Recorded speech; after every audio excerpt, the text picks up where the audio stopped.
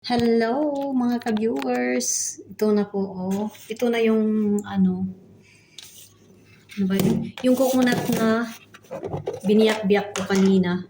Yan oh. Yan, naugasan ko na. Yan. Ito oh, malaki, di ba? Yan. Yan na oh. Ito malambot ito. Hindi gaya ng nabili namin na malaki noon. Tapos tinatanggal ko ito. Pero ito, hindi na kailangan tanggalin kasi ito oh, soft. Soft ang nyo niya. Kasi ganyan lang na coconut ito oh, maliit.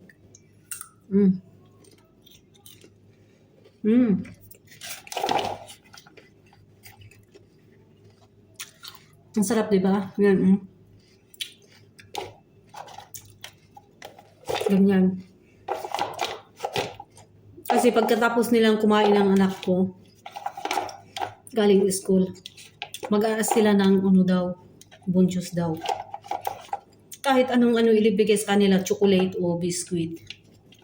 Kaya, pinapabuksan ito o yung dalawang maliliit na coconut. Yan, tapos ito naman para sa akin yung pag ganyan-ganyan ko sa kutsilyo, knife. Kaya, sa akin na lang itong pieces na maliliit. Tapos tatakpan ko. Ilagay ko sa fridge. I want to put in the fridge. So, if they want to eat, masarap kasi malamig. Yan, kukuha sila. Sabi ko, kakain kayo ng prutas. Sabi ko, ayaw nila. O dyan. Nabuksan ko yung isa, tapos nakakuha na. Diyan na sila sa baba ng bahay namin. Naglaro sila. Yan. Tapos sabi ko, ito naman itong isang orange na binalatan ko, walang yan. Walang seeds. Kaya, kasi ngayon yan ang kainin ko. Daybreak. At saka itong kunting coconut. Yan At saka sabay coffee. Yan sabay coffee kasi sobrang antok ako. Marami pa akong gagawin. Katatapos ko lang dito sa kusina. Pinasok ko na yung sinampay ko. Tuyo na pala. Kaya ito antok na antok ako. Kakain muna ako ng orange juice.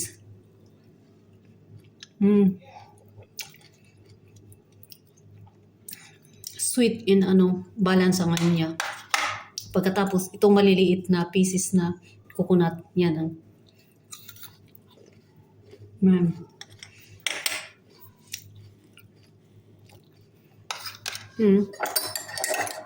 Tapos sabay coffee.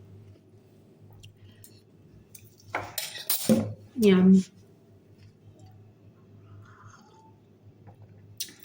Ito turubika ito. Turubika ang ba yan? 2-in-1. Yan Turubika. Turubika 2-in-1 yan. Kaya yan, kainin ko ito. Yan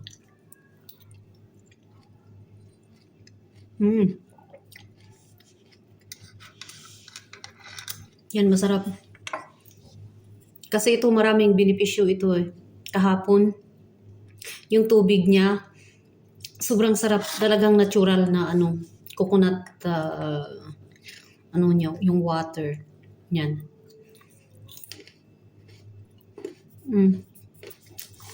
Ganyan mo lang. Parang chocolate. Na, di ba may bukayo? Kasi dito, sa supermarket, nakita ko yung bukayo. Kung minsan bumibili kami yung parang bar ba ang niya. Pero puro coconut yun. Mahal pa naman. Maliit lang ang niya. Pero anong nasa loob yun? Puro sugar. Kaya ikumpara mo nito, yung pure na coconut na ganyanin mo. Masarap at saka fresh. At saka nakita ko din minsan dyan sa bakery, paggawa ng tinapay, meron silang para sa atin ko pandikuko, pero malaki. nilagay nila dyan sa loob. Yung ano ba, yung coconut din na ganito, ginadgad nila. Tapos, pero nasubraan ang sugar niya. Kaya sabi ko, ayaw ko, hindi ganyan ang ano.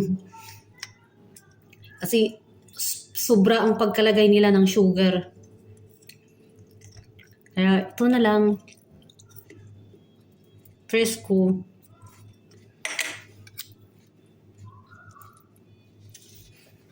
Yan, maraming salamat sa panonood mga ka-viewers. Thank you for watching.